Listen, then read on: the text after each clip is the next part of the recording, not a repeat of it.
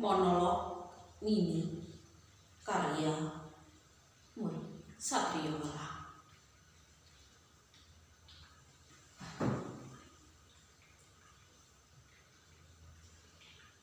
Sesosok perempuan terduduk, bersenandung diri, pedih. Ia sendiri, usianya baru 30 tahunan, namun gurat wajah yang lelah tak mampu bersembunyi atau lari. Tangan kanannya membawa keranjang berisi bunga hutan, juga alang-alang. Beberapa tanaman obat dan sedikit umbi-umbian. Perempuan itu bersenandung diri. Matanya menerawang ke ujung pepohonan, di mana angan-angan bersarang. Ia senandungkan nada yang tak teratur, kadang meninggi dan begitu tipis, sinis, sisanya menyayat. Adakah malam ini seseorang datang, menjamah tubuhku, memintal rambut dan jelajahi tiap inci mataku yang hitam, lekap. Sesekali kulempar ringan kerikil kecil ini ke telaga. Kenangannya merambat, menyebar, semakin jauh kemudian lenyap, tertelan kerinduan. Perempuan di ujung telaga dengan mata legamnya, juga bibir keringnya, mendongeng diri. Perlahan ia arungi ruang tergelap dalam ingatannya dan mulai bercerita sendiri. Seperti ribuan telinga yang ikhlas terpasang, walau dia tahu bahwa hanya batu, rerumputan, dan telaga yang rela berbagi ruang dan kerinduan. Oh para dewa, sungguh hidup hanyalah seuntai rambut yang memanjang, tipis, kemudian terserabut. Oh dewa yang agung, di manakah kau sembunyikan keabadian dan keadilan? Aku hambamu yang malang ini tak kuasa memetik keminta. Hanya sunyi yang merangkulku tiap malam. Malam kerap datang tanpa bayang, malam yang menjadi suami sekaligus juga anakku. Bisikan pada guna-guna, sebuah desa yang dikutuk langit, sebuah desa yang dulu pernah memupukku menjadi bunga. Ku dengar niniku memanggil, Prapni, cepat kau petik dan rangkai bunga-bunga ini sebelum layu dan laku. Ingat, jangan sampai ada kelopak yang terbuang. Semua itu buang. Dulu mataku bercahaya, rambutku lekap, usiaku baru belasan. Namun aku telah menjadi bunga desa para kumbang. Akulah yang kerap memekarkan bunga, mewarnai langit dengan pelangi, menyapu angkasa dengan senja, dan menyemai bintang-bintang malam untuk kupersembahkan kepada penduduk desa.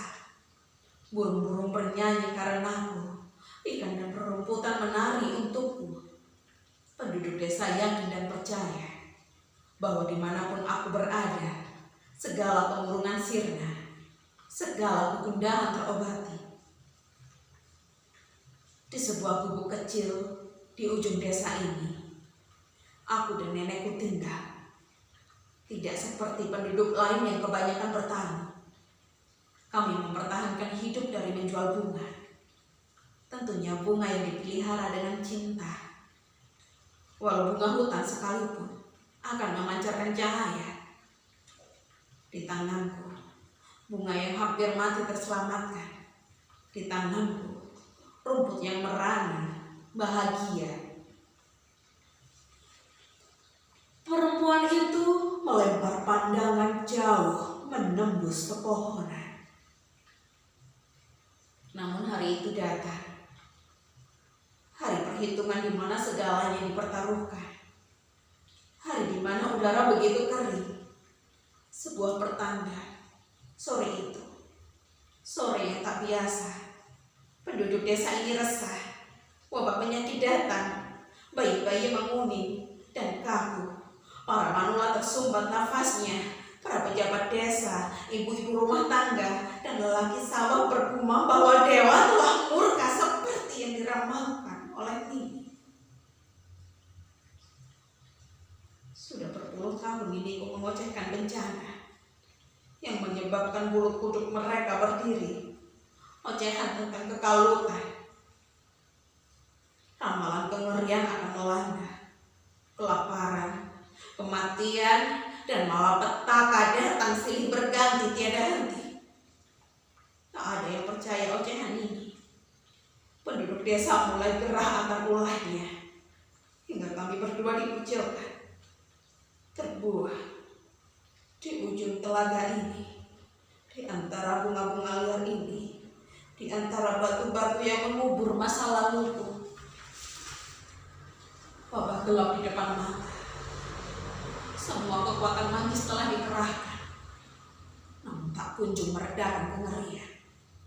3 hari sebelumnya, seorang ibu tercekik di sumur pemandian desa. 7 hari sebelumnya, 3 orang laki-laki ditemukan hanyut di parit dengan luka menganga di leher. Juga baru siang tadi, sebelum sore yang kering ini datang, bayi kecil kepala desa ditemukan terbujur kaku. Tubuhnya kuning membiru.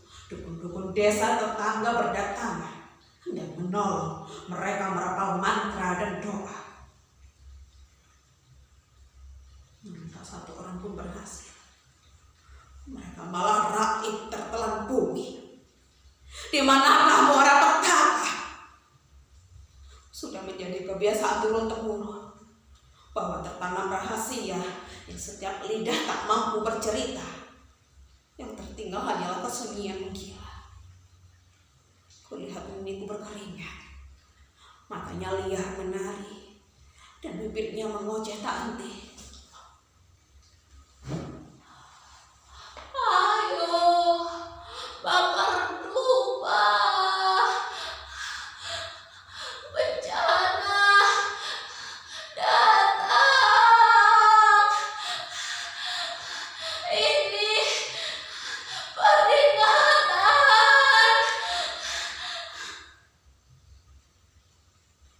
Diriku yang diambang ketidaksadaran terengah-engah. Nafasnya berlarian. Aku yang mulia bergegas merebus air, membungkukkan boleh, mengurut dadanya agar sedikit lega. Memang bertahun-tahun ini Nini mengoceh, namun tak satu pun penduduk desa mau percaya dan peduli. Mereka menutup telinga rapat-rapat, membungkam ingatan, dan membiarkan keadaan berlalu begitu saja.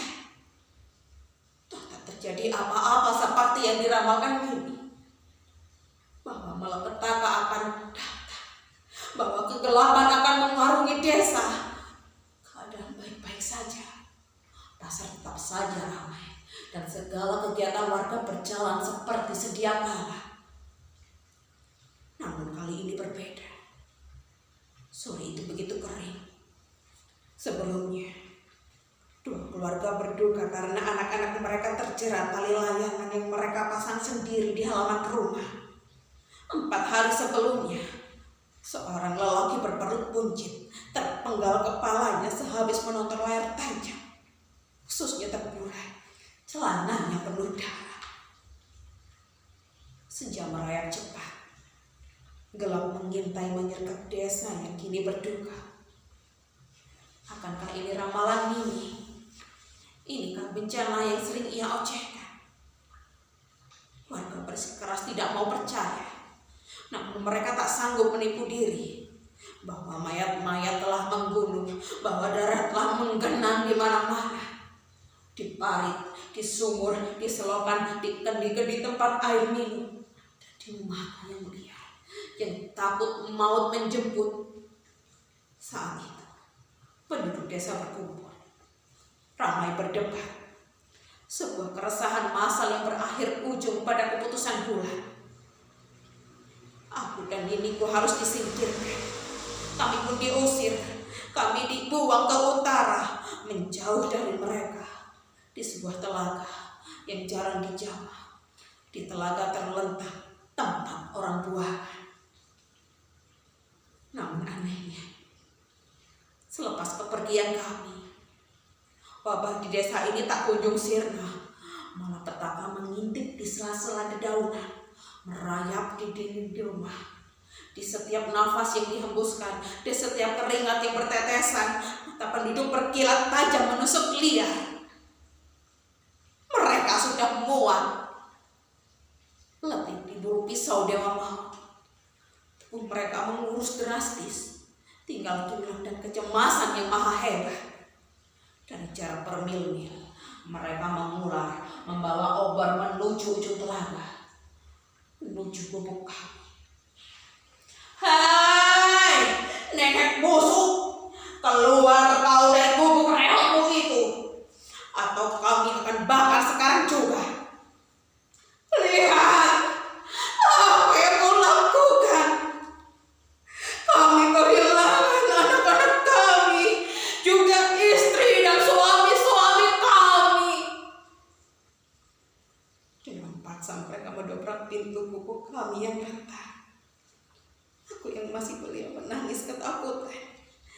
Di terperangah, tangan-tangan kasar menjambak rambut putihnya, mendorong tubuh rentahnya tersungkur di halaman. Hai bangsa, lihat, karena ocehanmu bertahun-tahun, desa ini jadi benar-benar tertimpa bencana. Kau harus bertanggung jawab. Cepat, potong lidahnya. Membabi buta, mereka memegang tangan dan kaki Nini yang meronta-ronta. Nini tak berhenti mengoceh. Ini kutukan. Cepatlah, kalian bakar rumah. Sungguh, ini kutukan. Namun tak ada yang mendengar. Mereka ramai-ramai memotong lidah Nini hingga putus mengenaskan. Lidah yang dipercaya menjadi sumber malapetaka, lidah yang meresahkan warga selama bertahun-tahun, lidah yang karena ucapan kengerian melanda, lidah itu kini telah terpotong, habis. Aku yang masih belia bersimbah darah memeluk Nini yang tersengal-sengal menahan perih. Mereka puas, terbebas dari maut ganas saat Nini mati di pelukanku. Mereka gelar pesta gembira, perayaan atas akhir drama mencekam yang menghantui hidup bertahun-tahun. Aku kehilangan kesadaran, terguncang, tak ada lagi kupu-kupu di mataku. Senyum bunga yang dulu bertabur kini sirna. Kelopaknya jatuh satu persatu, menghitam legam. Kukubur Nini tepat di ujung telaga. Kutanami bunga liar, kunyanyikan kidung kesukaannya.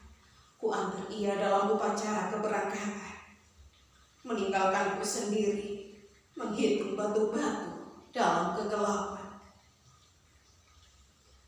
Perempuan itu menembang, lirih, pedih.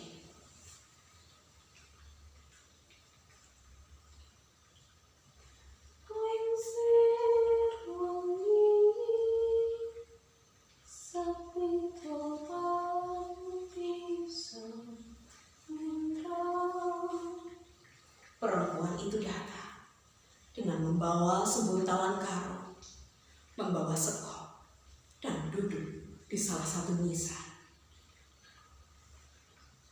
Kini aku paham apa yang diocehkan ini bertahun-tahun lalu. Aku paham bahwa bukan kebenaran yang takut didengar, melainkan ketakutan melihat wajah sendiri saat bertatapan dengan kebenaran. Kini di tanah ini aku tak sendiri. Itu di sana, nisan yang hanya batu kapur itu milik Johadi, mantan anggota partai, banyak menebar janji. Hasut sana, hasut sini, matinya menelan racun karena hutang-hutangnya sebanyak janji-janjinya. Lalu yang ini, nisan mewah ini, milik Armandi, pengusaha kaya yang mengeruk segalanya. Keratusan tak terbendung, menjadi otak segala pembakaran hutan, penjualan anak-anak desa. Ia mengirim upeti ke petinggi-petinggi kota, menghisap darah desa ini sampai tulang sumsum tanpa sisa. Kalau nisan yang roboh di ujung itu milik Sati Anissa, kuburan tanpa semen. Siti pelacur desa yang dijanjikan nikah oleh pacar-pacarnya, para penjaga pasar. Sungguh malang nasibnya. Siti yang dijanjikan nikah malah dibungkam mulutnya, disumpal, giwang, dan kalung imitasi satu-satunya raib dibawa kabur untuk modal judi.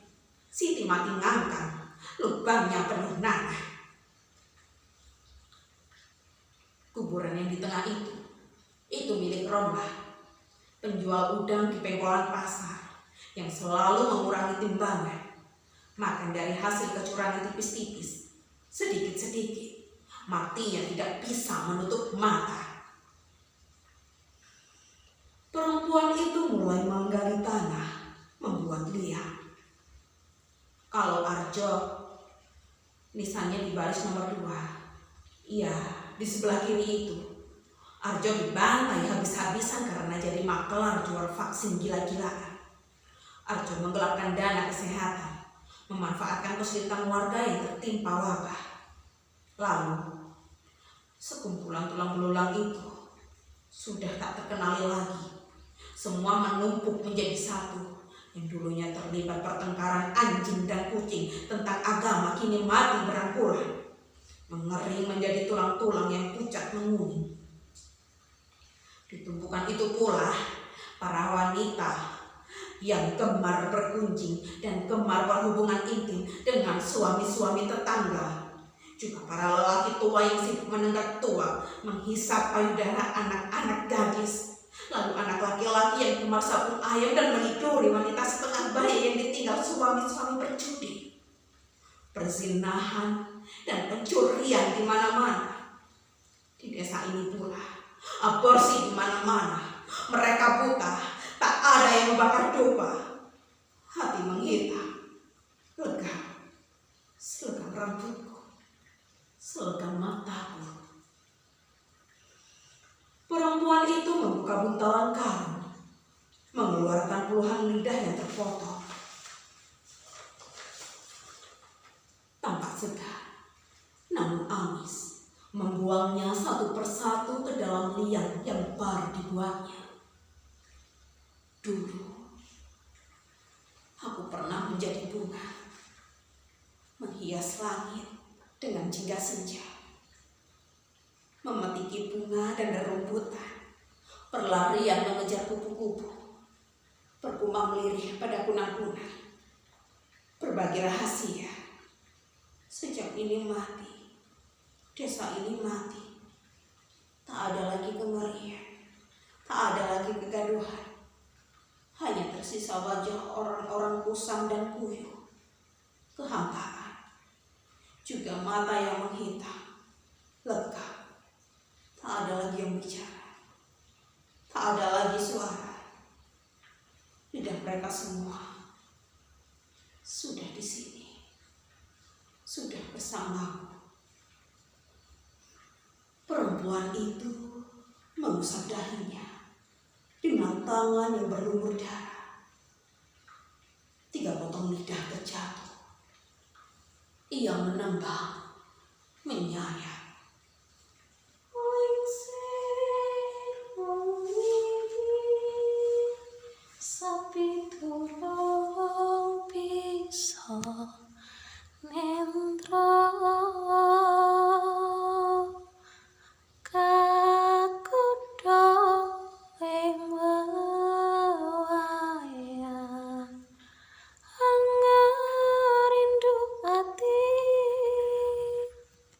Terima kasih.